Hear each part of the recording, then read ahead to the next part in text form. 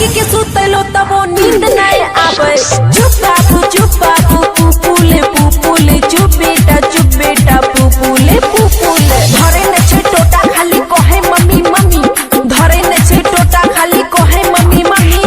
आज तक नहीं केलो हम कोनो चीज के कमी। चुप बाबू पुपुले चुप बेटा पुपुले मां ये देखियो कितने काने छे, चुप कराओ ना।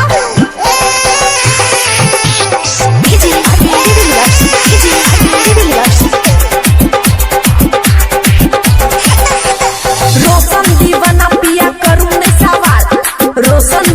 पिया करूं ने सवाल लेके चलो नूनू के कोनो अस्पताल। चुप बेटा चुप बाबू पुपुले अमन जी से लेके अबू 2000 पैसा, अमन जी से लेके अबू 2000 पैसा बात में लौटा दे बेच के सब रैचा। चुप बाबू चुप बेटा पुपुले माया रिकॉर्डिंग स्टूडियो।